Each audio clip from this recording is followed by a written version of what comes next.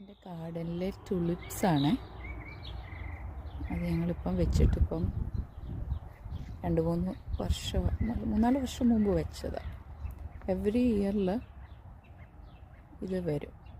അതിൻ്റെ ആ കിഴങ്ങ് പോലെയുള്ളത് അതിൻ്റെ അകത്ത് തന്നെ മണ്ണിനടിയിൽ തന്നെ അതവിടെ കിടന്ന് നെക്സ്റ്റ് ഇയറിൽ അതിങ്ങനെ മുളച്ചു വരുന്നത്.